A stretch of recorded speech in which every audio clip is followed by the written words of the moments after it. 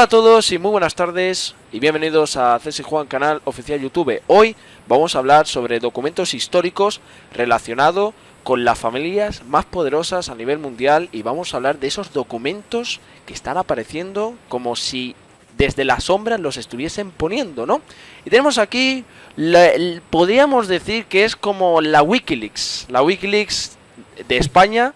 Ella es María Hort, bloguera y analista de documentos históricos, y ha participado en varios programas de radio, entre ellos El Vórtice, y ahora está participando a menudo en Desmontando a Babylon. Un saludo muy especial, y al Vórtice, como no. Y bueno, vamos a dar primero la bienvenida, en primer lugar, a Manuel Pitarch, desde Barcelona. ¿Cómo estamos? Buenas tardes. Bueno, buenas tardes, Juan, buenas tardes, María. Es un placer tenerte aquí con nosotros para esta entrevista que te vamos a hacer. Y bueno, saludar a toda la audiencia que nos pueda ver, que hoy será una entrevista muy interesante porque María tiene muchos documentos que ha investigado y que nos va a contar sobre ellos, todo lo que esconde el poder oculto que tenemos en este mundo. Exacto, sí. Tiene una página web, se llama lahort.wordpress.com, que ya lo insertaremos en la descripción. Y ahora sí, vamos a darte la bienvenida. María Hort, buenas tardes y bienvenida a CSI Juan. ¿Cómo estamos? Hola, buenas tardes, chicos. Pues bien, encantada de estar con vosotros, a ver qué nos depara este rato que vamos a pasar juntos y bueno, deseando contaros, ¿no?, todos esos documentos que voy recabando y mostrando. Perfecto. Pues bueno, Manuel, te doy el turno para que comiences a realizar las preguntas. Muy bien, bueno, pues le vamos a hacer la primera pregunta a María sobre la carta de Auguste Belmont a Lionel Rothschild. Bueno, la carta de Auguste Belmont a Lionel de Rothschild es una carta de 1861 que se la escribió un mes aproximadamente después de que la Unión, los estados de la Unión, atacaran el fuerte el Fort Sumter, en la guerra civil americana, la guerra de secesión.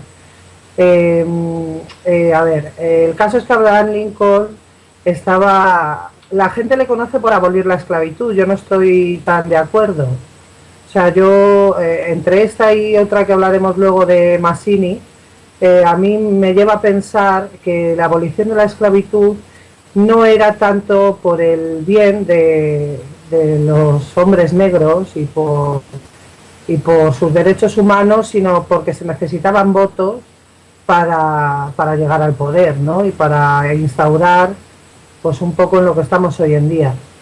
Y entonces, al poco de estallar la guerra, resulta que Inglaterra estaba apoyando a los mercenarios del sur, que los llamaban así porque estaban siendo pagados por los confederados, ¿no? Y bueno, pues lógicamente Inglaterra extraía todo el algodón que llegaba a Inglaterra venía del sur de Norteamérica, y bueno, pues no estaban muy dispuestos a dejar de apoyarles, ¿no? No les convenía. Entonces Auguste Belmont, que era de ascendencia alemana, que además se cambió de bando, porque es otra de las cosas que nos hacen ver que esta gente no trabaja por los derechos de las personas, sino por su propio interés. Este hombre era un político del sur de América, de los estados del sur, le metió el tío de su mujer en política, y por ejemplo él intentó que Cuba se uniera a Estados Unidos como estado esclavista. Entonces llama la atención que después esgrima el arma de la abolición de la esclavitud para pedir ayuda, ¿no?, en Europa. Lo que pasa es que él fue uno de los encargados de la campaña presidencial del anterior presidente, de James Buchanan, y pues cuando ganó las elecciones, Belmont le pidió que le diera la embajada española en Madrid. Buchanan se negó y entonces se cambió de bando y se fue al norte cuando estalló la guerra. Así que, como era de ascendencia alemana, pues él se dedicó a escribir a todos los empresarios y políticos europeos para pedirles el apoyo, ¿no? El caso es que John Russell, que es el tío de Bertrand Russell, es un gran amigo, era un gran amigo de Lionel de Rothschild. Para que la gente se sitúe un poco, Lionel de Rothschild fue el primer judío en ser aceptado como miembro del Parlamento británico. Llevaba muchos años ya siendo elegido, pero no podía tomar posesión del cargo porque había que jurar sobre la Biblia y como judío pues se negaba. Y además, aunque le dejaran jurar solo sobre el Antiguo Testamento, había unas palabras en el juramento de los parlamentarios que decían algo así de como, pues algo cristiano, ¿no? Como buen cristiano, no sé qué. Entonces, claro, él se negaba a decir esas palabras y por lo tanto no le dejaban tomar posesión del cargo. Siendo elegido llevaba a lo mejor ya 10 o 15 años. Y hacía 3 años que por fin había conseguido ser parlamentario y por eso se dirigía concretamente a él, Belmont, porque sabía que Rothschild tenía influencia en Russell, ¿no? Que además había sido primer ministro británico hacía poco tiempo también. Y bueno, pues le escribe para decirle, ¿no? Como que si Inglaterra va a seguir por ahí, pues va a tener problemas con la Unión Americana, que eran los estados del norte. Además estaban muy seguros de que iban a ganar la guerra y de por sí después de terminar la guerra, que terminó en el 65, en el 66 Norteamérica decidió romper el tratado de reciprocidad que tenía con las colonias inglesas en América, y una de las excusas que ponían era esa, ¿no? La de que Gran Bretaña había estado apoyando a los estados del sur. Y bueno, no sé si me he enrollado mucho, lo he intentado. No, hemos estado escuchando y es muy interesante porque además mencionas a la familia Rothschild, la dinastía Rothschild, que como curiosidad has dicho que lo aceptan como miembro del Parlamento británico ya desde aquel entonces ya sabemos que el Imperio Británico ha estado pues conectado con el sionismo, ¿no? Que son los sionistas. Sí, totalmente. Mira, tengo 2 cartas que no las tengo, como me han cerrado 2 blogs ya, pues hay documentos que todavía no me han cerrado. Se podría explicar esto, pero bueno, no nos vamos a meter en harina. Como me han eliminado 2 blogs, pues hay muchos documentos que en este todavía no están, pero que yo los tengo. Y porque yo lo guardo todo. O sea, que me pueden cerrar los que quieran, que lo voy a volver a subir. Yo que ellos no me molestaría. Tengo, por ejemplo, 2 cartas de la Federación Sionista escribiendo al gobierno americano. Bueno, porque el gobierno americano era el que les estaba ayudando a mover dinero para Palestina, ¿no? Porque, para el que no lo sepa, la declaración Balfour fue en 1917, Gran Bretaña ya le estaba regalando a los sionistas ¿cómo se llama esto? Palestina.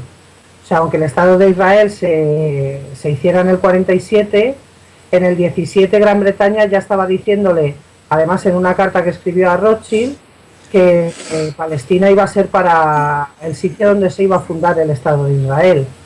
Y ya desde aquella época, pues Norteamérica, por ejemplo, les estaba ayudando a hacer llegar ¿cómo se dice esto? El dinero, ¿no? Para los judíos que estaban allí. Un momento, por favor, chicos, lo siento, porque sé que estamos en medio de la grabación. Sí. Es que acaban de llamar a la puerta y creo que ha ido mi hijo a abrir. No pasa nada. Nosotros dejamos que se siga grabando, no pasa nada. Perdona, ahora vengo. No pasa nada.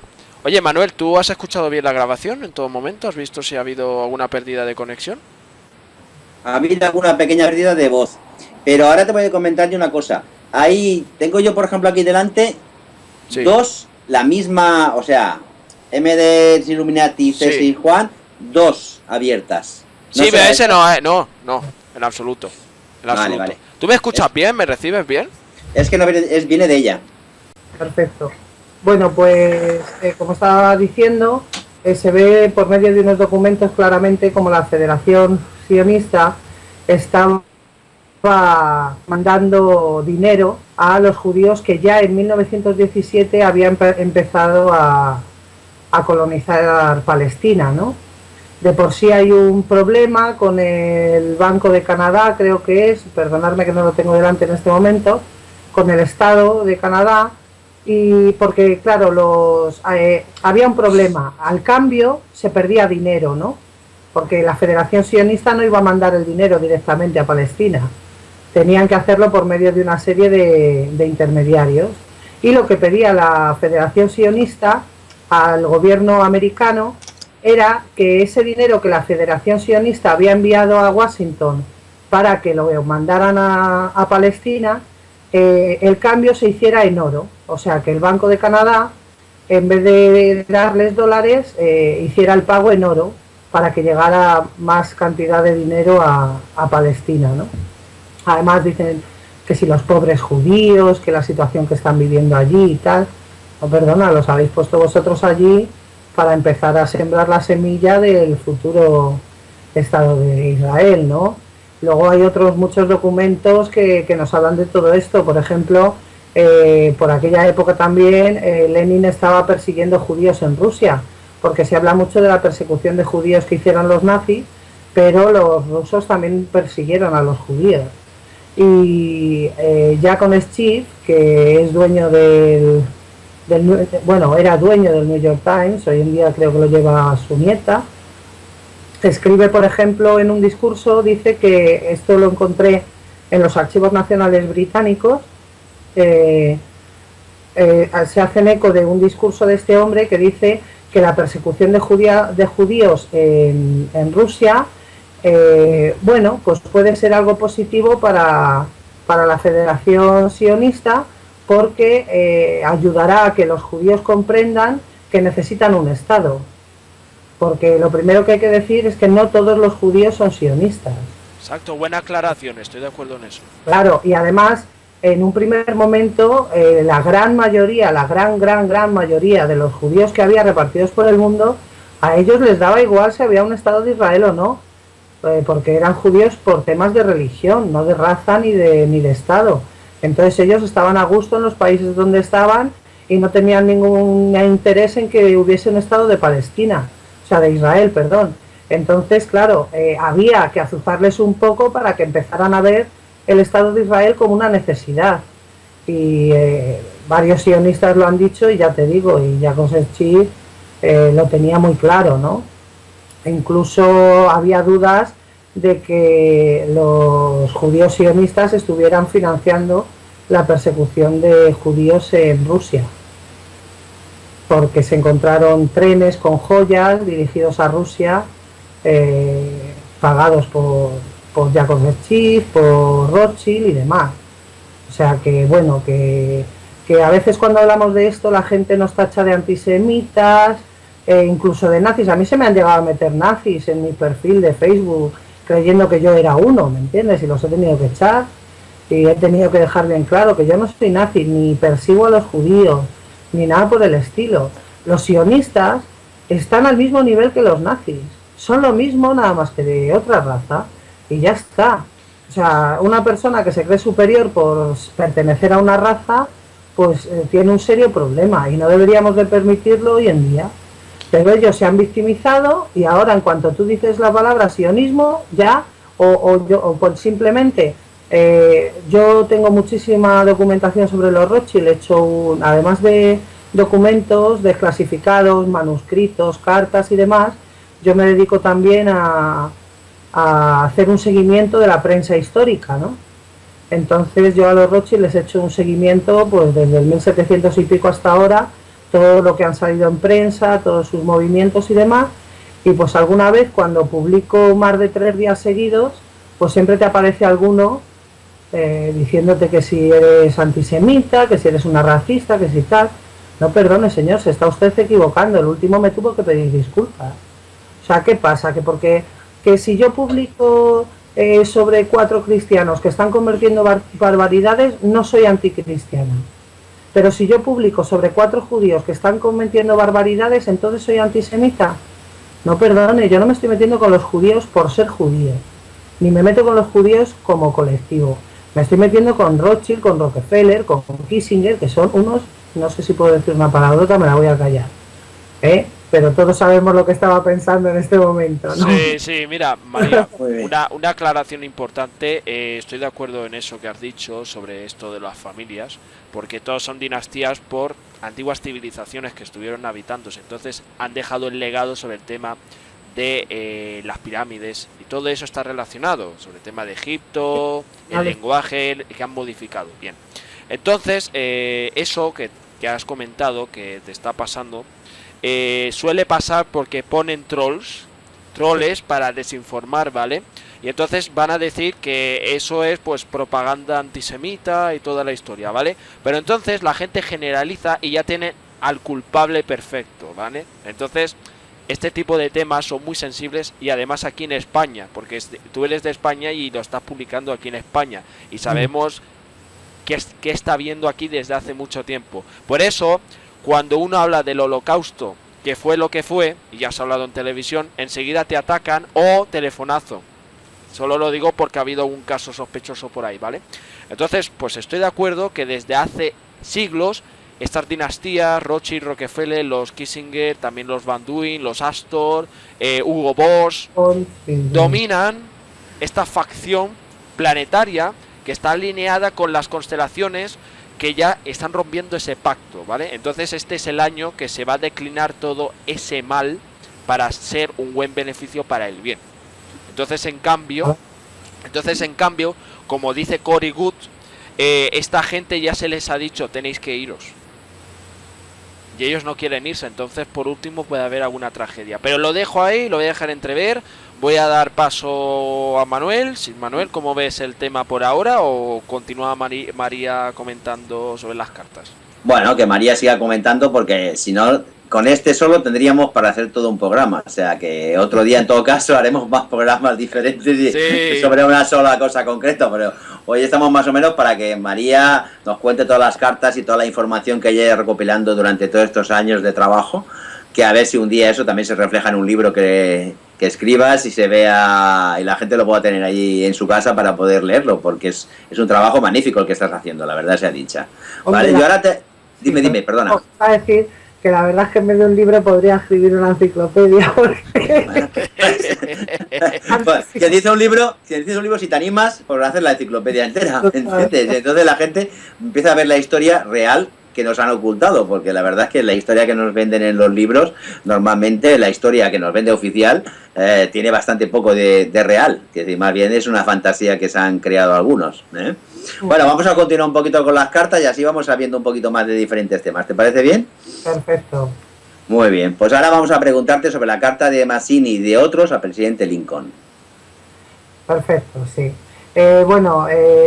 Mazzini, Giuseppe Mazzini es famoso entre estos círculos que algunos llamarían conspiranoia, yo no estoy tan de acuerdo, por las cartas que se cruzó con Albert Pike, que todos sabemos que plantea que va a haber 3 guerras mundiales, deja en muy mal lugar a los musulmanes, etcétera, etcétera, ¿no? Posteriormente a la creación de los Illuminati, o sea, los Illuminati nada más ser constituidos, ya empezaron a trabajar por la unificación. Entonces es famosa la unificación de Alemania, que fue la primera que empezó, y demás. Mazzini trabajó por la unificación de Italia, antes de llegar a un nuevo orden mundial, antes de llegar a la globalización de todo el mundo. Tal y como estaba constituido el mundo en aquel entonces, había que ir primero formando dentro de los estados la unidad del estado, ¿no? Como pasó aquí en España, igualmente con los reyes católicos y demás. Al final Portugal quedó fuera, pero antes de los reyes católicos pues había reyes en Navarra, había reyes en Aragón, había reyes en Castilla y demás, pues algo parecido, ¿no? Entonces Mazzini, por ejemplo, fue uno de los fundadores de lo que llamaban la Joven Europa, ¿no? Él lo que soñaba era con la... Bueno, si Mazzini estuviera hoy en día viéndonos, estaría encantado, ¿no?, de ver la Unión Europea. Totalmente, porque era su sueño y él fue el que puso la semilla, ¿no? Entonces, ellos, eso sí, lo pintaban de lucha contra el despotismo. Entonces, claro, esto es muy peligroso, ¿no? Cuando tú lees este tipo de cartas y cuando hay que hacer una revisión un poco histórica. Por eso yo siempre intento en el blog, aparte de poner el documento, contar un poco el momento histórico y cómo funcionaban las cosas, porque claro, si yo te digo a ti, si tú lees una carta de Mazzini, dices, jo, pues este hombre era estupendo, si luchaba contra los reyes y contra los despotismos y tal. La pregunta es, ¿luchaba contra ellos para beneficiar a la humanidad o luchaba contra ellos para conseguir el poder y hacer de su sueño la esclavitud del resto, ¿no? Porque, claro, esto es muy bonito, yo también te puedo decir a ti que lucho porque la humanidad sea libre y tal, pero lo que yo quiero después de que la humanidad sea, entre comillas, libre, es coger y que todos vivan como yo deseo que vivan. Entonces vaya mierda de libertad, ¿no? Y es un poco lo que pasaba con Mazzini. Entonces tanto Mazzini como Ledru Rollin como Karl Blin eran unificadores en sus países. Karl Blin incluso Garibaldi le escribió pidiéndole que fuera el líder del mundo, ¿no? De la unificación del mundo. Y Mazzini lo fue de Italia y Ledru Rollin lo intentó en Francia, ¿no? Y habían sido precursores de la Revolución Francesa, ellos, sus padres y demás, porque esto es algo que se hereda. Esto es muy importante que la gente sepa que esto se hereda. Porque nosotros, el problema que tenemos es que solo tenemos una vida y nuestra mira solo da para una vida. Pero ellos no están pensando en ver sus planes hechos consecutivos en su vida. A ellos les da igual, ellos saben que si no lo va a heredar el siguiente y si no el siguiente. Ellos dan sus pasos sin importarles si van a ver el cambio o no. Porque nosotros tenemos mucha ansiedad por ver el cambio y tenemos que asumir que a lo mejor nosotros no lo veremos, pero no por eso debemos de dejar de trabajar por él, ¿no? Que es en lo que nos ganan un poco, yo creo. Entonces, bueno, pues le escriben al presidente Lincoln diciéndole que en Europa se está luchando contra los despotismos y sobre la tiranía que esclaviza a la humanidad y que, bueno, pues que como ellos ven que él también está luchando en Estados Unidos, esta es de 1862, o sea que también estaba la guerra de secesión estadounidense, y bueno, pues como al mundo se le estaba diciendo que la lucha estadounidense era por la esclavitud, que no era así, no era por la esclavitud, era porque no se separaran y punto. Aprovechando un poco eso, lo que le pedían era dinero. Pedían que les financiara la campaña porque necesitaban hacer propaganda en Europa para que la gente se empezara a dar cuenta, según ellos, de que necesitaban ese cambio, ¿no? Y tiran mucho de ahí. Yo decir además que es una carta que me llama mucho la atención porque cuando habla de hacer propagandismo y tal, pues no sé cuál de los tres sería, supongo que los tres en connivencia, ¿no? Le decían a Lincoln como que se necesitaba hacer el propagandismo para llegar a todo hombre, ¿no? Desde la cabaña hasta la mansión, ¿no? Porque en aquella época no se preocupaba de que la gente del pueblo supiera lo que estaba pasando. O sea, si hoy en día tenemos sabemos la necesidad de que la gente de abajo sepa leer y tal, es porque se dieron cuenta de que los necesitaban. Si no se hubiesen dado cuenta de que los necesitaban para conseguir sus planes, la gente de abajo seguiría sin leer, porque no les interesaba que se enteraran, pero en ese momento sí, en ese momento les interesaba que hasta el más pobre pudiera llegar a saber sus planes y que esta gente estaba dispuesta a liberarle para instaurar la democracia. Claro, es muy fácil instaurar la democracia si yo sé que la mayoría me va a votar a mí porque me presento como su libertador. Entonces, la verdad es que la carta es interesante y estudiarles también. Sí. Antes de dar paso a Manuel, fíjate que has mencionado, bueno, pues esto que son hechos históricos, ¿no? Que han pasado mientras otras personas no estaban en este mundo todavía, ¿no? Lincoln, pues le mando, pues como dice aquel, mi gran saludo hacia el cielo, porque bueno, ya no está entre nosotros, fue asesinado, fue un complot de la CIA. Fíjate que después tuvimos el complot hacia JFK en 1962 en Dallas, Texas, y había muchas similitudes. Entonces Lincoln, para mí, a mi modo de ver, me parece que fue una persona muy avanzada para aquellos tiempos, porque era una persona que pensaba para los americanos, no para la élite, y eso fue lo que no interesaba. Entonces pues ya estaban esos poderes fácticos, como la película Guns of the New York, Gangsters en New York, que aunque sea una película, vale, pero tiene muchas cosas que ver con la realidad. Entonces siempre hay que tomar ejemplo de documentos históricos, porque son informaciones verídicas que se confirman que esto, pues ya habían ciertos intereses para crear una Unión Europea. Bueno, ya había intereses ya. Sí, de por sí se creó la Joven Europa, que, Sí. o sea, que fue uno de los primeros pasos, ¿no? Siempre antes de, por ejemplo, tenemos a la ONU, antes de la ONU fue la Liga de las Naciones, y antes se intentaron hacer cosas parecidas, pues bueno, porque se van haciendo experimentos, ¿no? Hasta que la cosa va cuajando. Ahora, por ejemplo, los globalistas europeos, por ejemplo, aquí en España, Margallo, el de Asuntos Exteriores, y Morenés, el ministro de Defensa, son de los que incansablemente, cada vez que tienen la ocasión de decirlo, pues opinan que Europa tiene que tener una sola voz. O sea, esta Europa que tenemos ahora federalista, que bueno, cada estado va entre comillas a su bola y tal y cual, no es lo que tienen pensado para Europa y no tendría cabida en el nuevo orden mundial según los documentos de defensa del Ministerio de Defensa español. Tengo por ahí uno, por ejemplo, que se llama Potencias Mundiales de hoy hacia el nuevo orden mundial, y lo dice claramente, que la Europa de hoy no tendría cabida dentro del nuevo orden mundial, precisamente porque no tiene una sola opinión ni un solo gobernante, ¿no? Entonces, bueno, ahí vamos. Entonces, ahora daré paso a Manuel. Entonces, María, estás dando a entender que esta Europa ya no pertenece al nuevo orden mundial. Yo diría viejo orden mundial, porque muchas de las cosas no se han llevado a cabo. Bueno, es que lo que ellos nos venden como nuevo en realidad es el viejo. O sea, esta gente lo que hace es reciclarse. El orden es el mismo. Siguen mandando los mismos, siguen haciendo lo mismo, pero lo llaman de diferentes maneras. Entonces, siempre te lo van a vender como nuevo orden mundial, porque siempre van a tener la necesidad de venderte la novedad. En realidad, el otro día lo decía Thomas Klaus, y yo estoy muy de acuerdo con él, los que queremos el nuevo orden mundial de verdad somos nosotros, no ellos. Ellos no quieren en realidad que la cosa cambie tanto, ¿no?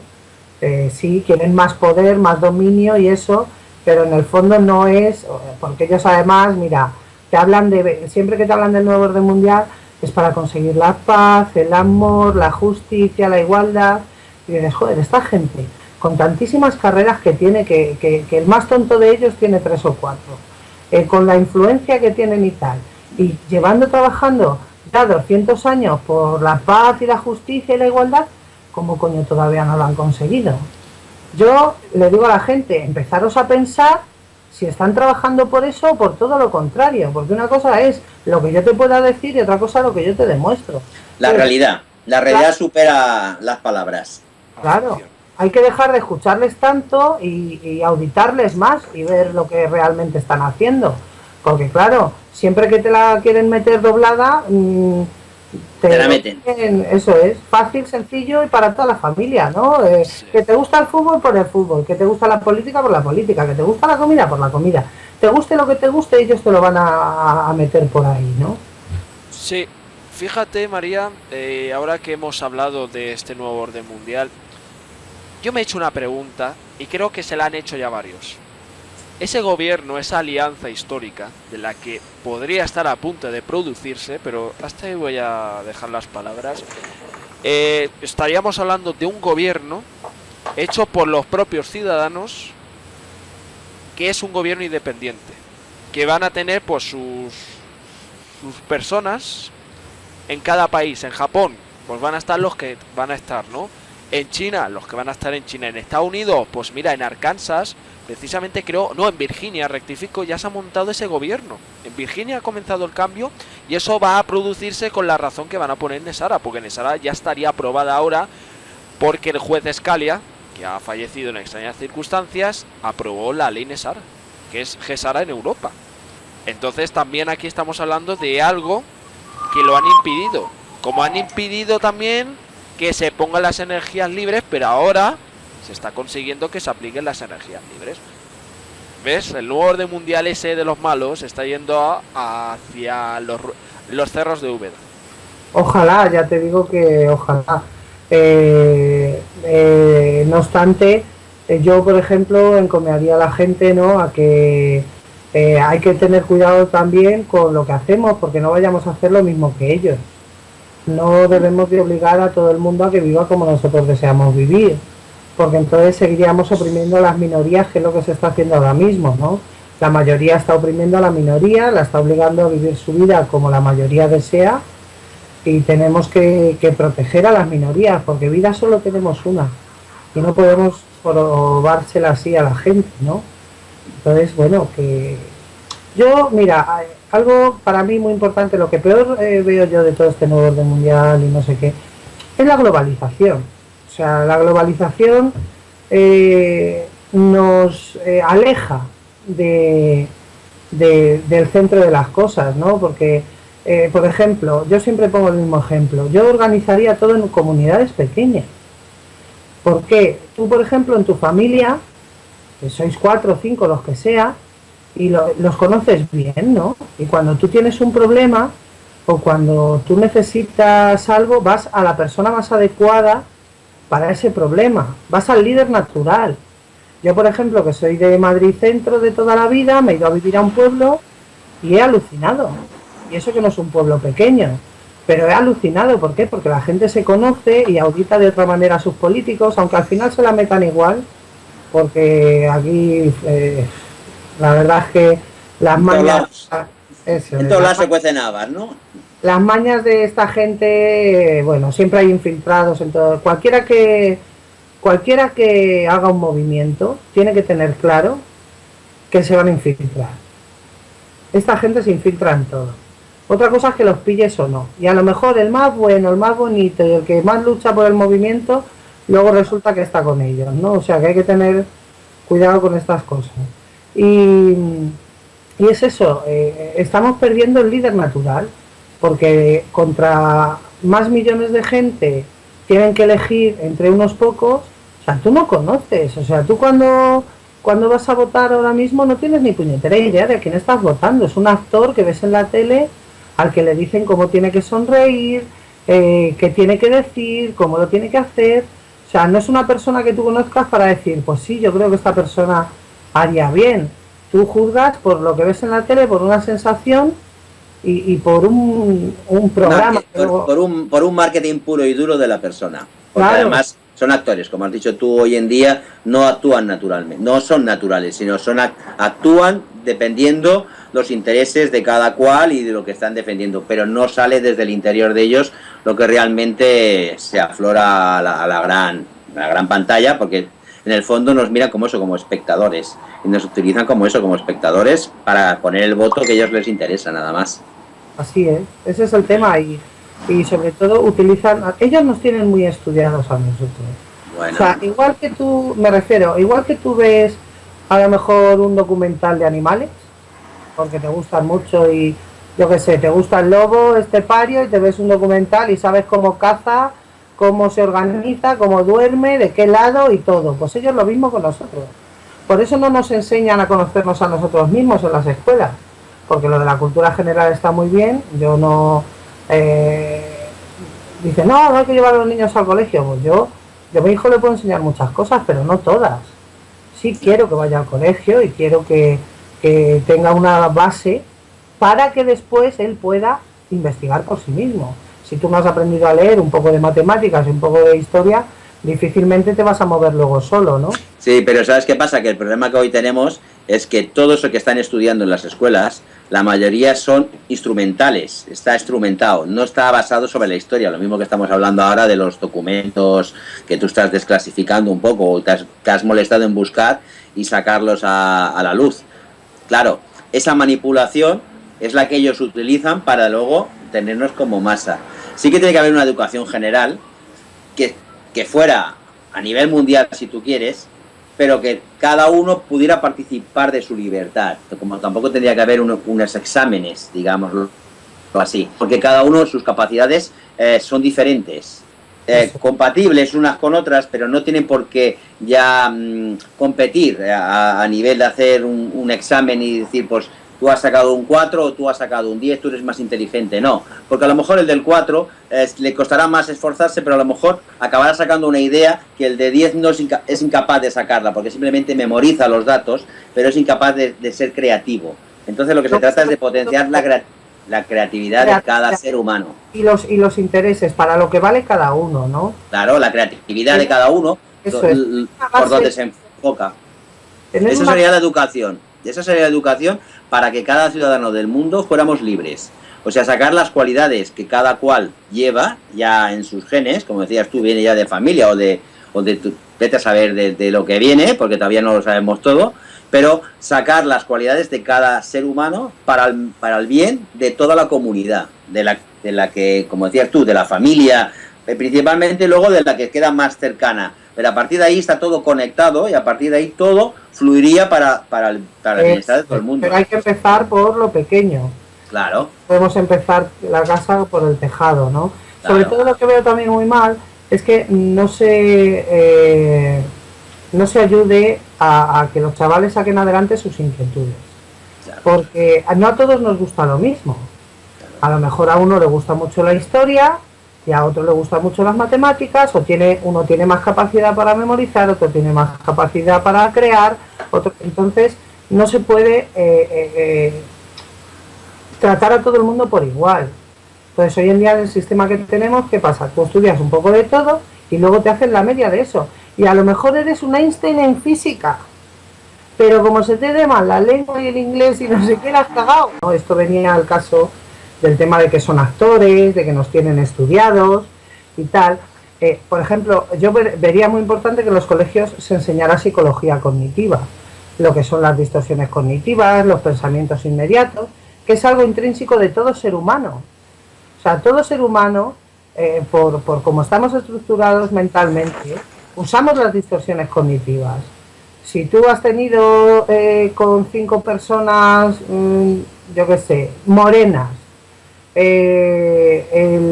un problema de lo que sea, pues ya cuando viene otra vez otro con el pelo moreno y uy, este me la va a meter por ahí, ¿no? Porque estamos organizados así. Luego entra dentro del pensamiento crítico que digas, ¿no? ¿Y por qué? ¿No?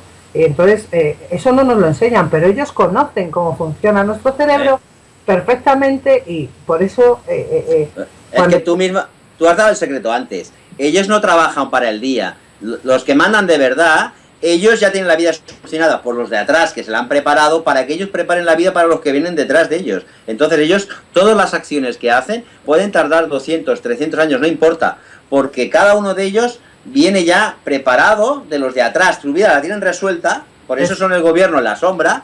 Que decir, tú has dicho muy bien, los políticos que tenemos son actores, que decir, son gente, son los marionetas que ellos ponen en el sitio. Pero los que mandan de verdad, que es el dinero, o sea, además esta gente que estamos hablando, son los que tienen el poder, ya no del dinero, porque además ahora lo fabrican, es decir, ya no ponen ni oro, no tienen ni oro detrás, que simplemente tienen una máquina de hacer fotocopias, te enchufan los billetes y te dicen, toma, encima sois tan idiotas que me debéis lo que yo fabrico en magia. Yo hago magia, os presto. No hacen ni los billetes, simplemente te dice una transacción electrónica por ordenador, te paso $1.000 millones. Ya está. Son números. Y el gobierno aquel está empeñado con ellos, es decir, porque ya les ha pagado la campaña. Bueno, es que todo es una cadena. El problema sí que tiene que haber un mundo globalizado. A ver, un mundo unido. Pero, como has dicho tú antes, cada comunidad siendo libre, teniendo sus inquietudes. El que es vasco, pues pongo ahora a España, pues las cualidades de los vascos son perfectas, con las castellanas, como con las catalanas, como las vascas. Eso enriquece un país y al mismo tiempo enriquece a toda la humanidad. Que tengamos un idioma único para entendernos entre todos, perfecto. Pero que no, con eso no enterremos los demás idiomas que puedan haber, al contrario, que los potenciemos porque son minoría. Entonces es una riqueza que tiene nuestra humanidad. Que tengamos cosas globalizadas, yo lo veo bien, porque eso nos hará que todos podamos estar bien comunicados. Que hoy en día ya con las traducciones automáticas de internet y de tal, tampoco hace mucha falta. Quiere decir, ya hay traductores, ¿vale?, que nos podemos... Pero sí que tiene que haber algo que nos una como humanidad. Lo que hay que empezar es decir, ¿somos humanos o somos terrícolas? Pues si somos terrícolas, ese es nuestro planeta. Y a partir de ahí lo dividimos, pero no por como lo dividimos ahora con barreras, con fronteras ficticias, sino somos una humanidad que vive en diferentes lares de ese planeta, con diferentes culturas y con diferentes riquezas, que enriquece a todos los demás. Cuando más diferentes seamos, es como la flora, cuando más diversidad de fauna y cuando más diversidad tengamos de plantas, más rica es nuestro planeta, más riqueza tiene, igual con los seres humanos. Cuando más experiencias diferenciadas haya, más nos enriqueceremos todos. El problema de esta gente es que eso no lo quiere, lo que quiere es globalizarlo en todo. Y yo pongo el ejemplo del fútbol. Ahora, por ejemplo, en el fútbol, sí, es un ejemplo. Que que es verdad, que sí. En España, por ejemplo, que estamos pasando una pobreza bastante evidente, tenemos los dos equipos más potentes con jugadores que cobran. Tres equipos potentes. 4 o 5. Dale, da igual, si eso es lo de menos, es un ejemplo. Es decir, que a nivel mundial ya juegan a horas que no cuadra para nuestro país. ¿Por qué? Porque ellos así nos tienen manipulados a todos globalizados. Unos son del Barça y otros del Madrid. Siempre pongo dos equipos porque ellos juegan la derecha o la izquierda. Y yo siempre digo, el ser humano tiene que entender que tiene la derecha y la izquierda. Hay cosas de la derecha que nos pueden interesar, que nos enriquecen a todos, pero coño, con la izquierda también. Entonces ahí tenemos que tener la cuadratura del círculo. Y no intentan siempre separarnos en partes, porque si nos tienen, igual que las religiones, nos tienen divididos, así ellos nos pueden manipular mejor. Si estamos todos unidos, ya no tiene gracia. Lo que estabas diciendo, eso que has comentado del dinero, fíjate a lo que me ha recordado. Hace unos años atrás vi La Jungla de Cristal 2 y teníamos teníamos Estados Unidos. Ahí te enseñaban la falsificación del dinero, cómo falsificaban ese dinero tan importante, y ahí salían pero ya no películas. Yo te voy a hablar de un economista catalán que ha sido varias veces ministro con Franco, imagínate, con Franco, ¿vale? El señor Estapé, que un día le preguntaron por la bolsa. Le dijeron, oiga, ¿y usted qué cree esto de la bolsa? Dice, pues esto de la bolsa, dice, yo no lo entiendo y soy economista. Dice, usted tiene una fábrica, dice, y vale 1 millón, digamos. Bueno, pues usted coge trocitos de papelito y le pone que vale 10 millones. Y los pone 9 millones en el mercado. Pero los trocea además en trocitos muy pequeñitos. Entonces usted los reparte entre mucha gente y usted se queda una parte muy pequeña de esa empresa en papelitos. Usted sigue teniendo el dominio de la empresa, encima lo especula, o sea, aquello que vale 1 millón se ha convertido en 10 millones, que luego en el mercado se va a convertir en 100 millones, pero que la fábrica sigue valiendo 1 millón. Y tú con un 1, un 2, hasta un 5% de esos pequeños trocitos de papel sigues teniendo el control de la empresa. Y los otros se piensa que son accionistas que tienen... Dice, eso es una estafa, así directamente. Lo dice el señor Estapé, que ha sido ministro varias veces con Franco, que Franco, si tenía algo bueno, y que yo no sé porque yo era pequeñito, es que no cogía a políticos, cogía a tecnócratas, o sea, a especialistas en cada rama, y por lo tanto cogía gente que sabía del asunto. Y eso es lo que nos haría falta en nuestro mundo también. No tener políticos que de verborrea pueden saber mucho, pero que de infraestructuras o de economía pues saben lo que saben, sino coger al mejor. Y da igual que fuera del otro partido político si es el mejor economista, porque te va a valer. Entonces el problema es que aquí nos dividimos por colores, ¿no? Tú eres azul, pues aunque seas muy malo, como eres azul y eres de mi bando, yo te voy a poner a ti a marcar. Y entonces a partir de ahí, si tú eres un patata, lo vas a hacer fatal. Entonces hay que buscar es lo mejor, lo que decíamos antes, lo mejor de cada uno, sin mirar colores políticos de ninguna clase y que se pongan al frente. ¿Y cómo los pones al frente, coño? Por lo que han hecho detrás.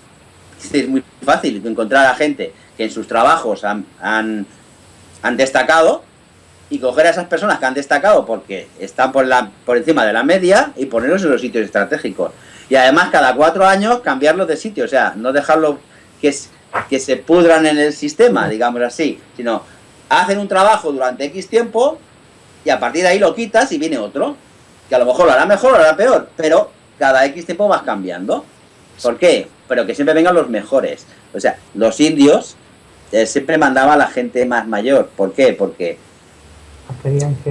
la experiencia, pero aparte es que ya no tenían esa inquietud de la juventud, de quererse comer el mundo, porque saben que el mundo nos come a todos. Entonces al final la experiencia de la gente mayor y de los sabios es lo que nos haría falta, un mundo de sabios, un mundo de gente que no busque su ego, que trascienda del ego, ¿vale?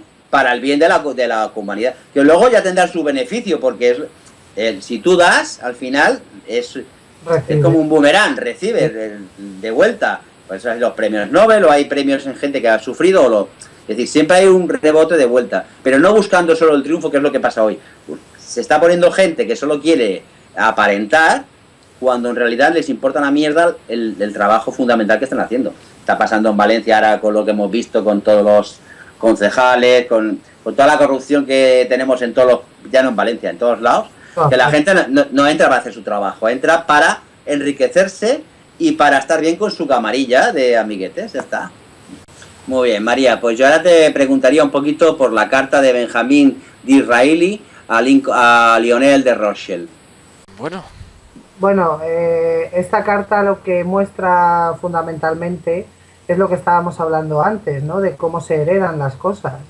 Disraeli era uno, junto con Russell, de los que estaba trabajando para que Rothschild pudiera formar parte del Parlamento británico, y lo que le viene a decir un poco en esta carta es como que su hijo va a seguir su estela, ¿no? O sea, que no pasa nada, que si su hijo consigue entrar que va a conseguir seguro formar parte del Parlamento, pues va a seguir teniendo un apoyo ahí, ¿no? Entonces, bueno, Disraeli lo que estaba haciendo era influir en el resto del Parlamento para conseguir apoyos a la causa de la discapacidad judía, ¿no?, que había en aquel momento, porque si no eras cristiano no podías formar parte del Parlamento, pero lógicamente los judíos y más los Rothschild tenían muchísima influencia en la economía, que al fin y al cabo es lo que mueve el mundo, ¿no? Entonces no se podían permitir el lujo de dejarle fuera, porque como este hombre se enfadara, se podía liar una muy gorda.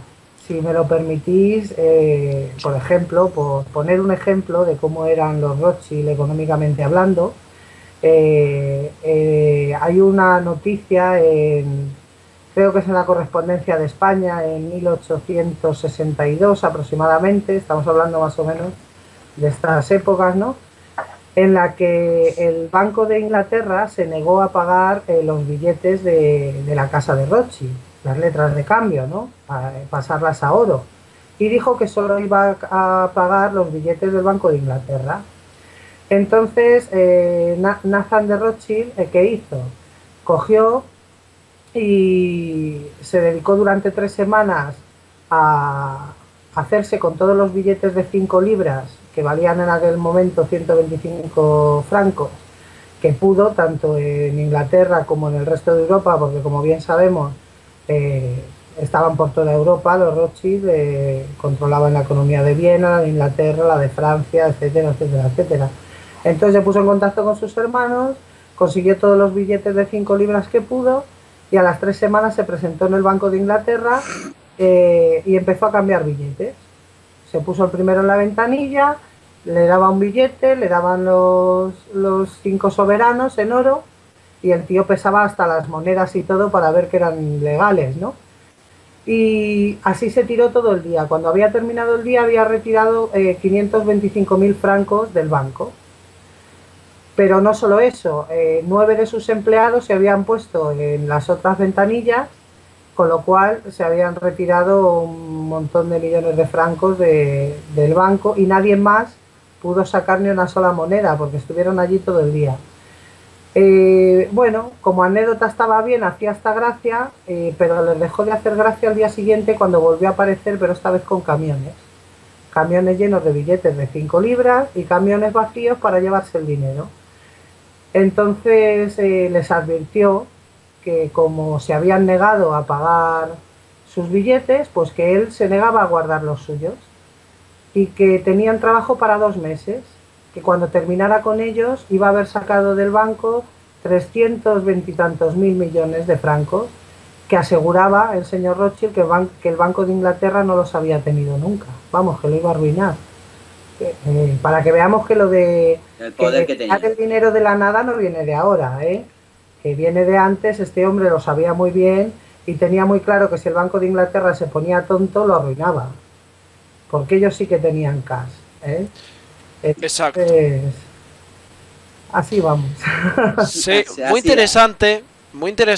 Y bueno, y ahora Manuel, con tu permiso, si me das el permiso, Y tanto. me gustaría tocar los dos últimos temas, que son temas bastante delicadillos, por decirlo así.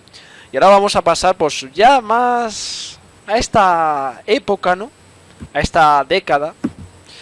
Vamos a hablar sobre las famosas torturas de la CIA en pleno siglo XXI, los hechos del Guantánamo, el MK Ultra, ahora conocido como Proyecto Monarca, la implicación de aquel entonces el coronel teniente Michael Aquino, fundador del Templo de Set, las conexiones con los casos de la base militar de Presidio, una base muy histórica por los acontecimientos de satanismo que se dieron.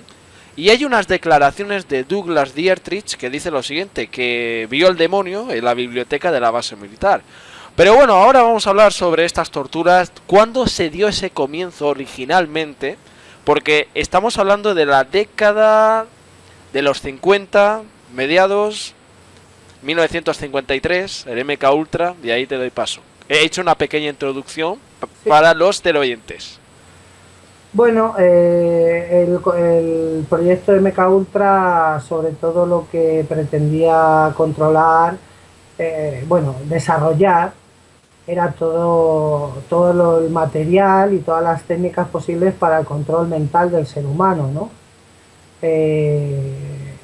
Luego la CIA tenía también otro tipo de maneras de influir en el ser humano más físicas, que es lo que hemos visto ahora con todo lo que ha estado pasando en Irak, en Afganistán, en Guantánamo, en bases secretas de la CIA varias, donde se aplicaban técnicas como la del submarino, aislamiento, privación del sueño y demás. Entonces, aunque nos pueda parecer que están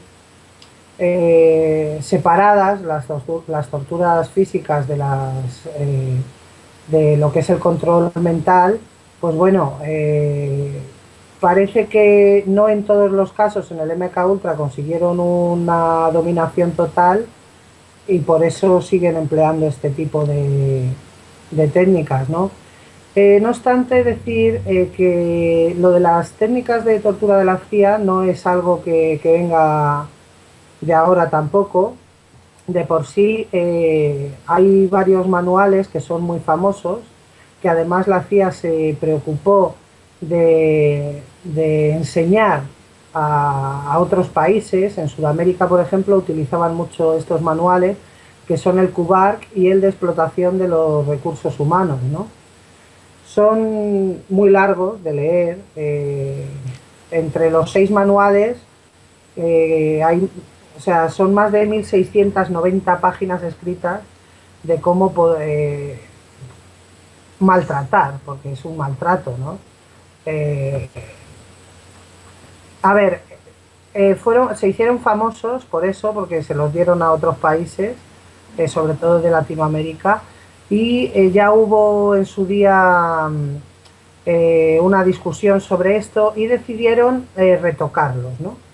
Nosotros a los que tenemos acceso hoy son muy espeluznantes, y aún así no es todo lo que se escribió en su día. O sea que, no sé, yo daría lo que fuera por ver un manual QBARC o uno de explotación de recursos humanos de antes de que los tocaran, ¿no? Porque los tocaron en el 89 aproximadamente, ¿no?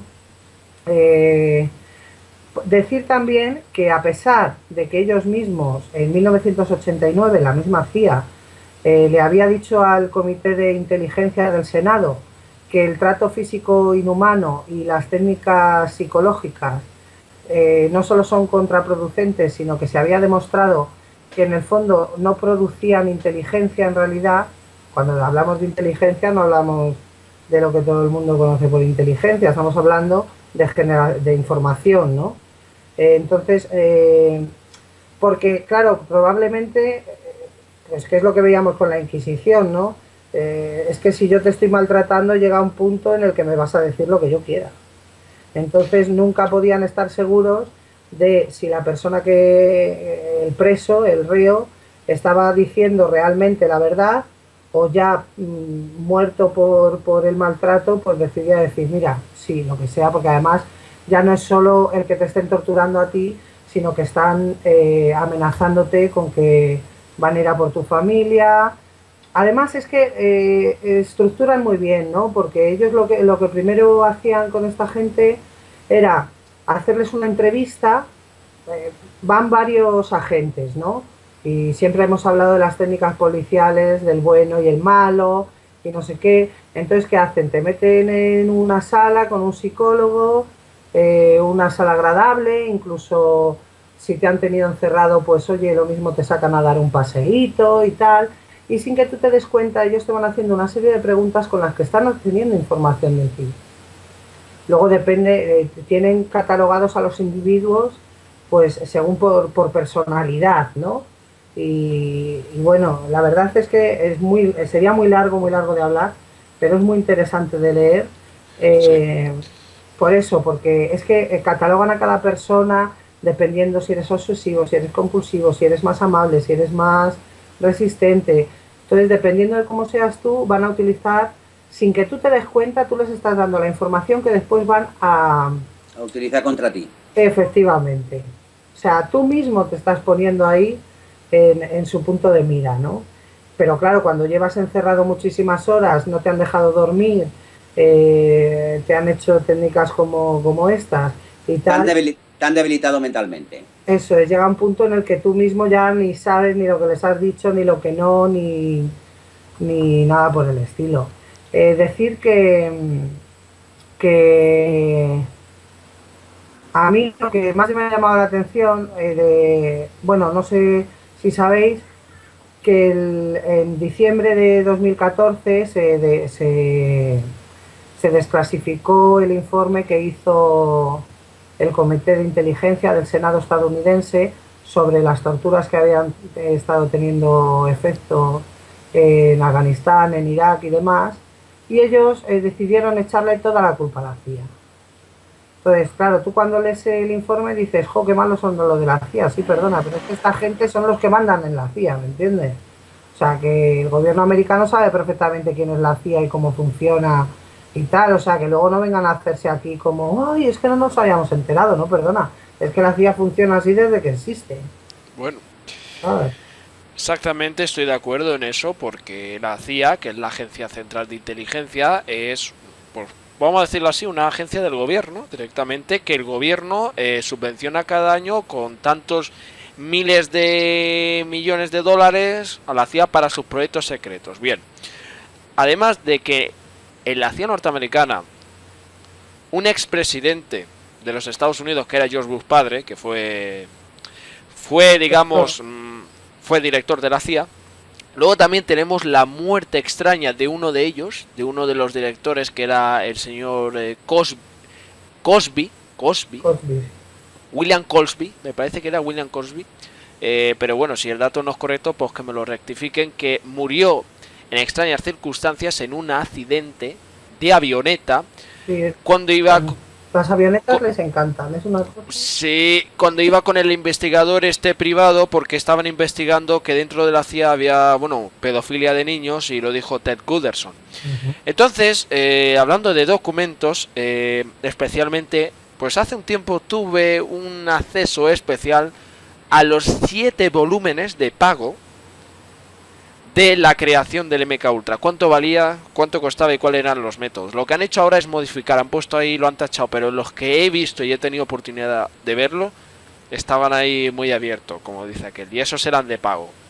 Todo llega, como dice aquel. Y entonces, si también hablamos de las testigos MK Ultra, que es Cathy O'Brien, Cisco Wheeler, Arizona Wilder, Kathleen Sullivan, Bryce Taylor, Jim Jones, bueno, etcétera, nos fijamos que siempre hay el patrón de que está el director presente, está la élite haciendo sus orgías tipo Ice White Shot, y tenemos la conexión con las bases militares. Entonces estas técnicas se han usado muy a menudo, pero ahora lo han disfrazado, te han dicho, sí, hay esto y hay lo otro, pero en verdad el proyecto Monarca, que es a donde se hacen esclavas sexuales para ser las prostitutas de Hollywood directamente.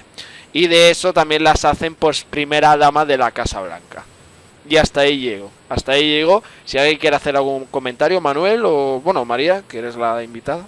Sí, bueno, yo que quería decir que yo no he visto esos documentos a los que has tenido acceso tú, pero sí tengo otros, censurados en parte, porque ya sabes que no te lo cuentan todo, siempre te tachan frases. Hay, por ejemplo, una de las cosas que pretendían conseguir que constantemente está censurada, ¿no?, en los documentos que yo he conseguido. Pero en uno que además estoy traduciendo ahora casualmente, lo que dicen es que viene a lo que tú estabas comentando, ¿no? Para utilizar el MK Ultra siempre había que pedir autorización al director adjunto de planes, ¿no?, de planificación. Entonces, cualquiera que quisiera usar este tipo de técnicas tenía que pedir el permiso de este hombre, que era el que lo planificaba todo, y que, lógicamente, o sea, ellos no querían que nada se les escapara, porque para ellos era muy importante el control de la mente. Daros cuenta lo que se puede hacer. Luego hay muchos también que hablan de la hipnosis. Estuvieron durante toda la década de los 50 reuniéndose con hipnotizadores, hipnotizando a sus propios agentes, mirando a ver cómo podían hacerlo de manera que candidato Manchuria, ¿no? Candy, sí, sí.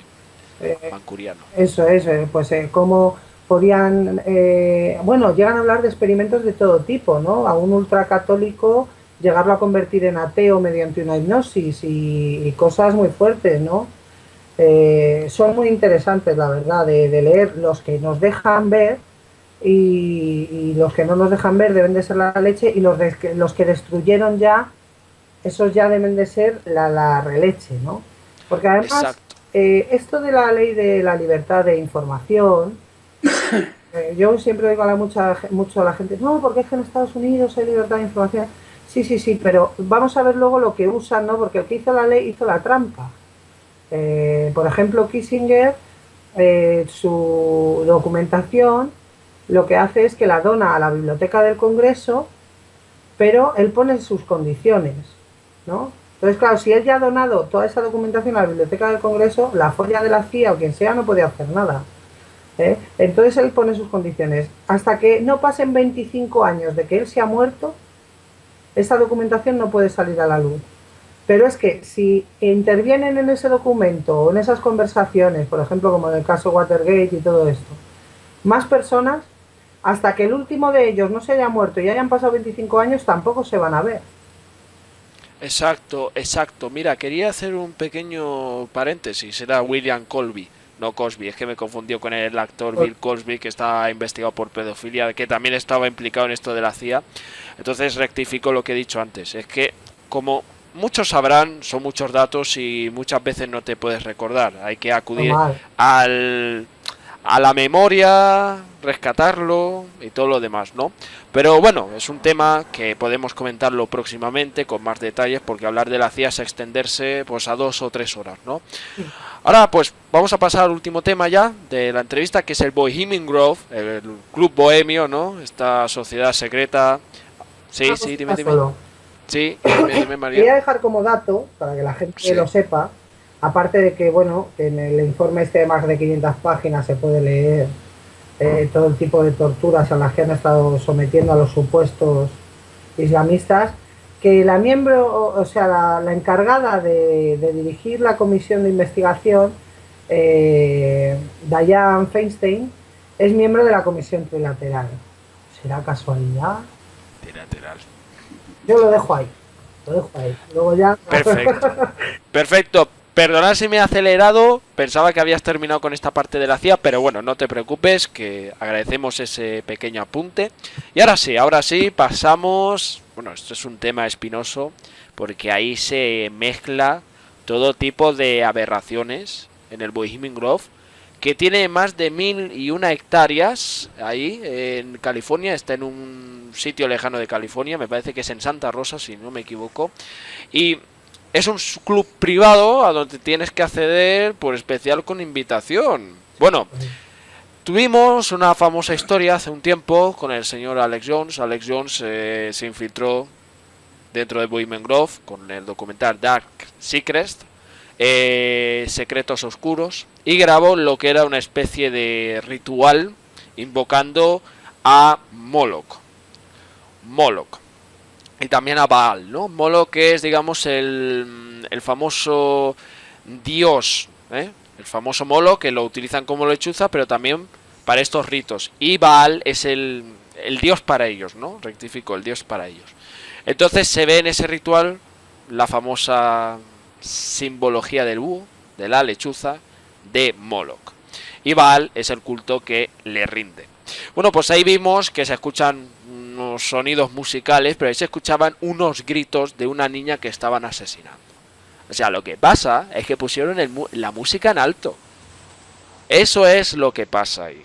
Ahí se hacen rituales, se hacen todo tipo de cosas, ¿no? Pero vamos a retroceder a la historia, a la fundación que se creó alrededor, ¿no?, del Bohemian Grove, porque primero se fundó públicamente. Bueno, se fundó en la década de los 70, ¿no? Se dice, del siglo XIX, de mano se supone que eran verdaderos bohemios, ¿no? Mark Twain, Henry George, entre otros, ¿no? Y en principio, sí, efectivamente era un club de artistas. Como yo digo, al principio sí lo era, se consiguió. Pero con los años el nombre de dicho club dejó de tener sentido. De por sí, yo del Bohemian Club tengo 2 libretos, porque es verdad que se dedican a hacer obras y tal, y se visten de mujeres, y uno hace de mujer y el otro de hombre. Yo los 2 libretos que me he bajado de 2 obras hechas para ese campamento, para esas travesuras, ¿no?, que le llaman ellos, todas tienen que ver con dioses paganos. O sea, sí, que se hacen obras de teatro y no sé qué, sí, pero todas tienen que ver con dioses paganos. Me llama bastante la atención, ¿no? Lo que yo más le he hecho al Bohemian Club y a su Bohemian Grove es un seguimiento en prensa, ¿no? Y por eso sé que en un principio sí, lo fundaron bohemios, escritores, músicos y demás, pero claro, es que el Bohemian Grove, el bosque que tienen de secuoyas, es que es una joya. Y si tú te quieres reunir en secreto sin que nadie te vea y que nadie pueda, es que es un lugar excepcional, ¿no? Vamos a ver.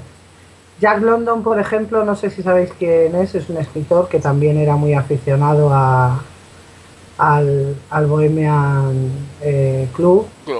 Pero si te das cuenta, si tú haces un seguimiento de la gente que se junta ahora allí, tú no ves un artista ni a tiro, ¿sabes? Es más, llama mucho la atención de que para ser presidente de Estados Unidos, sobre todo si eres republicano, casi sea un requisito el que hayas pasado antes por un campamento del Bohemian Club, ¿no? Es muy difícil encontrar artículos sobre el Bohemian Club. Es de las cosas más difíciles que yo he tenido que buscar. Bueno. En prensa. No, me refiero en prensa. En prensa. Bueno, en prensa, hablando de prensa, tengo un recorte por ahí sobre una investigación que se le hizo a Reagan sobre los abusos a menores en el Bohemian Grove. Sí. Eso está público. Y el caso Franklin también. Hay una publicación del Washington Times que hablan de esto exactamente. Y el Bohemian Grove es un culto pagano, se hacen cultos paganos, es un club satánico, directamente es el adjetivo que hay que aplicar, con el famoso proyecto Manhattan. Y luego tenemos que Bill Clinton, antes de ser presidente, iba ahí siempre. Y luego vino un estadounidense Bill Clinton estaba dando un meeting y dijo ahí Bill Clinton, le dijo primero al ciudadano, ¿usted va al Bohemian Grove? Y dice, no, yo no voy a ir. Sí, sí que va a ir porque en la comisión del MK Ultra que se hizo ahí en la Casa Blanca o en Washington DC, llegaron a testificar, usted va a estos rituales. Y eso está ahí. Sí, sí, claro que está ahí. Lo que Alex Jones nos enseñó es la ceremonia de la cremación de las preocupaciones, que se hace todos los años. O sea, esa se hace todos los años. De por sí no fue el primero, ya ahora vamos a hablar de alguien que se coló en su día, un periodista, y que le echaron de allí y arruinaron su carrera, ¿no? Yo, por ejemplo, tengo aquí delante varias cosas. En 1904, en el New York Tribune, pues ya se hablaba un poco del Bohemian Club y sobre todo de su Bohemian Grove, y ya se hablaba un poco de cómo de bohemio no tenía nada, y que los escritores y demás se estaban quejando pues de eso, de cómo se había convertido en un club para políticos, ricos y demás. Ya en 1904, por eso cuando la gente me dice, no, porque el bohemio, porque te puedes imaginar lo que habré tenido que escuchar, supongo que vosotros igual, no, porque el Bohemian Club es de escritores, es de músicos y de tal. No se dice nada de escritores ni de músicos, sí de periodistas, pero de periodistas yo llamaría de dudosa reputación, ¿no? Porque vaya verdad de periodista que no cuenta lo que está pasando allí. Por ejemplo, en este de 1904 dice que las travesuras comenzaron como un entretenimiento adecuado en el bosque, y que ahora consisten, estamos hablando de 1904, no de ahora, en una máscara o juego escrito por algún miembro del club y organizado y representado por todos los demás. Todo el trabajo se lleva a cabo por ellos y tal. Por ejemplo, tengo aquí una foto delante, no sé si la habréis visto, de una obra que hicieron en la que había un gran Buda en medio de la arboleda, y bueno, ellos vestidos, la verdad, bastante fachosos. Está la típica foto por aquí del niño negro este que parece estar muerto, que llevan como en una especie de camilla. Yo, ¿qué quieres que te diga? A mí es que me extrañaría mucho que alguien dejara a su hijo, que se lo llevaran estos señores. Yo creo que ese niño está realmente muerto, sinceramente. Hombre, realmente tenemos el testimonio de Paul Bonacci, que le dice al exdirector del FBI que él ha sido testigo, ¿no?, de rituales de niños en el Bohemian Grove, directamente al Club Bohemio, ¿no? Entonces directamente a mí se me confirma que muchas de las chorizadas que eran bulos son reales. Porque si hablamos de 1904, si buscáis en Google rituales del Bohemian Grove, ya hay fotos en blanco y negro de personas ahí que los van a sacrificar directamente, que no es ninguna farsa, que todo está metido dentro de esa hermandad babilónica, la hermandad de Babilonia, y todos estos ritos proceden de Babilonia, de la antigua prostituta del Vaticano. Por ahí empieza todo. El Vaticano lo inicia y acaba en Estados Unidos, o en Estados Unidos acaba con los del sionismo, ¿no? Directamente, pero no digo Israel, digo los que se han infiltrado en el sionismo, ¿no?, para desenmascarar a los judíos pobres, que hay judíos pobres también, como hay españoles pobres y todas partes, ¿no? Entonces yo creo que dentro de este club bohemio se esconde pues mucha gente que son gente que los vemos en la calle, pero en verdad son multimillonarios, ¿sabes? Y que van ahí. Sí, sí, no, estos descalzos no van ninguno, ya te lo digo yo. Luego, por ejemplo, para poner un ejemplo de esta gente, ¿no? En julio de 1964 se filtró a la prensa que Goldwater, que era en ese momento candidato republicano a la presidencia de Estados Unidos, había sido invitado a la reunión anual del Bohemian Grove, ¿no? Y decía, el titular decía, Goldwater comienza vacaciones en California. Contaba que este hombre, pues antes de empezar su campaña, pues iba a codearse, según la prensa, no lo digo yo, con los notables hombres que se reunían en el campamento anual del Bosque Bohemio.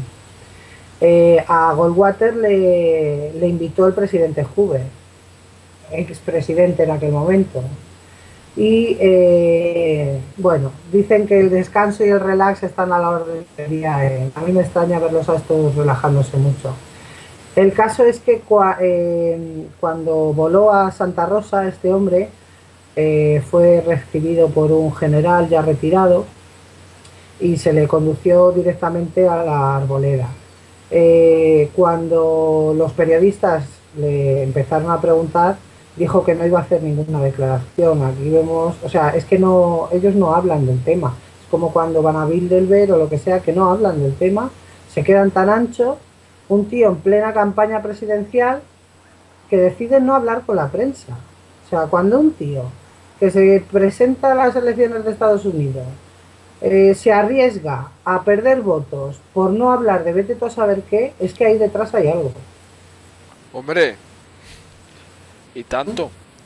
Bueno, yo quería aprovechar, María, sin interrumpirte, y decir además una pequeña matización. Hay fotos de Bush también ahí dando mítines en el Bohemian Grove y toda la... Es que todos los años se invita a un hombre importante a que dé la charla, ¿no?, anual del Bohemian Club.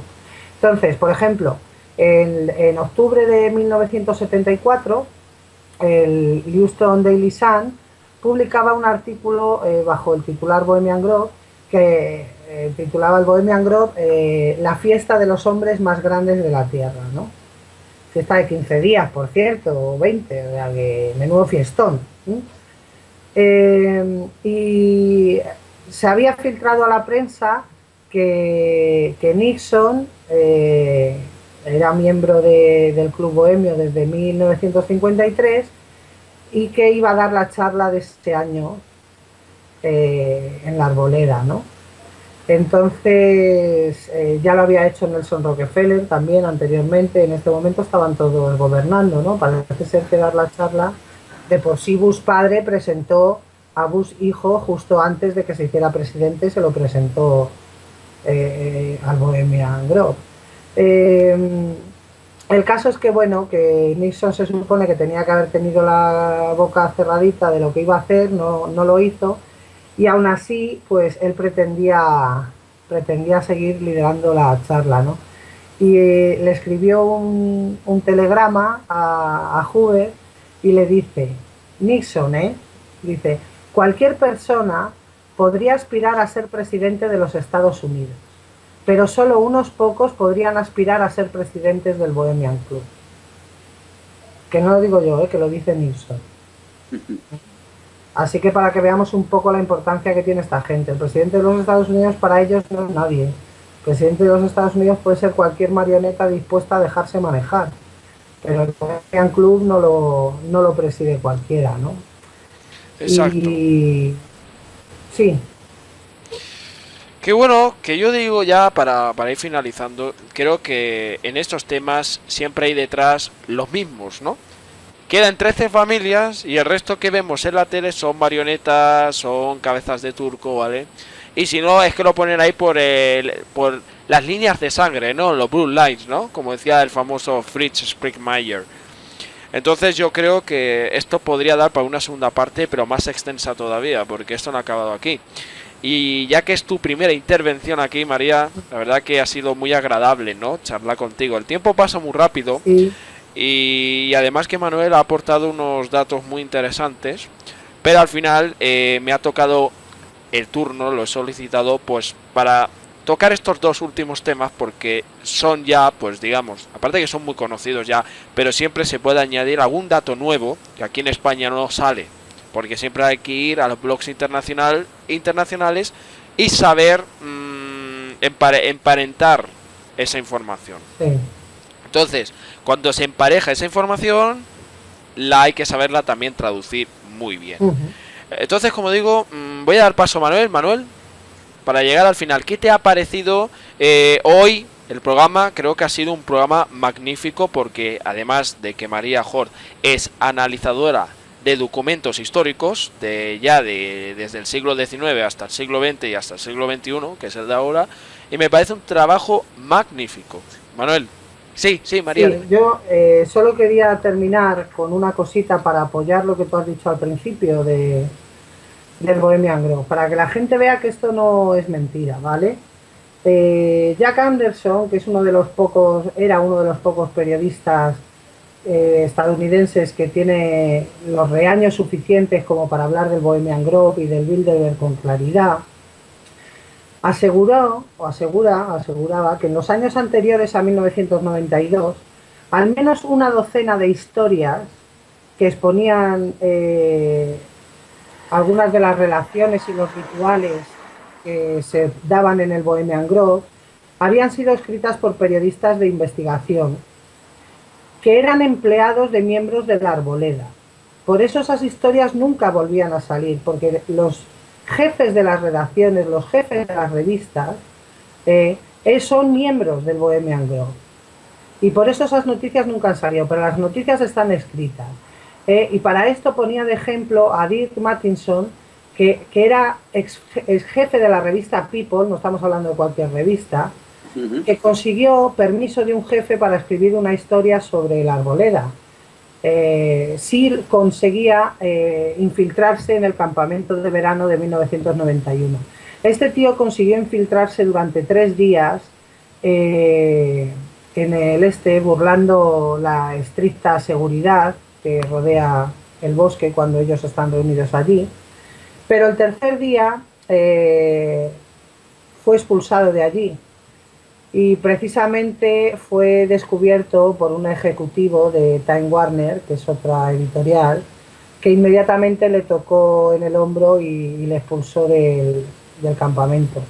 Y la cosa no quedó ahí. Antes de que él hubiera terminado, la historia de Mattinson la retocaron, hicieron con ella lo que quisieron, como diciendo, bueno, nosotros la vamos a publicar, ¿no?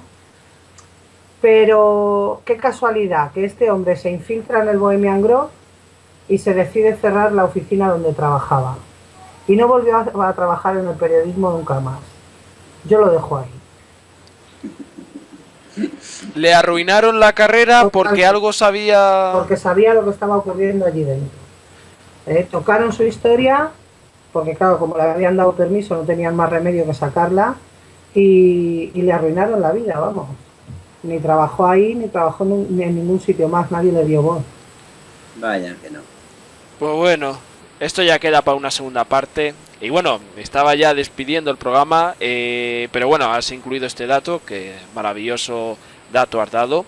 Y Manuel, ¿qué te ha parecido? Vuelvo a repetir la pregunta de anterior que he hecho. Bueno, me ha parecido muy corta la entrevista, porque tiene muchos datos que dar y, como siempre decimos, tendríamos que hacer alguna entrevista más con ella para continuar profundizando más con todos estos temas, porque la verdad haces un trabajo maravilloso, de muchas horas, porque además eso hay que valorarlo, es decir, son muchas horas las que llevas tú ahí para investigar y traducir también esos documentos al español. Y bueno, emplazarte para otra ocasión y hacer otra entrevista con más profundidad. ¿Vale? Perfecto. Pues aquí cuando Juan le venga bien, que vamos muy atareados con una serie que estamos produciendo ahora gracias a Juan, pues quedas emplazada para eso, para una segunda entrevista. ¿Te parece bien, Juan? Sí, yo de acuerdo, totalmente de acuerdo. La serie El Mayor Secreto, ¿no? Un programa muy interesante basado en el libro de David Icke, que me parece un grandísimo investigador. Y sería bueno también contar con María y tanto que para el tercer capítulo, que se va a realizar dentro de pocos días, porque ya entramos en el mes siguiente de marzo, un mes muy importante. Y bueno, pues te desplazamos para el mes siguiente, María, y bueno, que lo sepa todo el mundo, porque creo que ya es hora que El Mayor Secreto, pues la gente se coja sus auriculares como ya están haciendo y que lo escuchen, ¿no? Porque es importante.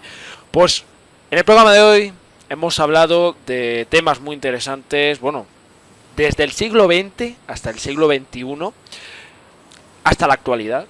Y hemos hablado de estos documentos que merecen mucho la pena visualizarlos, que ya lo veréis una vez que esté público el vídeo, todos los documentos que iremos insertando dentro del vídeo, y les invitamos a que acudan al canal de María Jor, que lo insertaremos en el canal Destacados de Cesi Juan y también en la descripción. Lo dicho, muchísimas gracias y nos vemos en próximos programas. Saludos y gracias. Gracias María y gracias Manuel una vez más por colaborar en este magnífico espacio.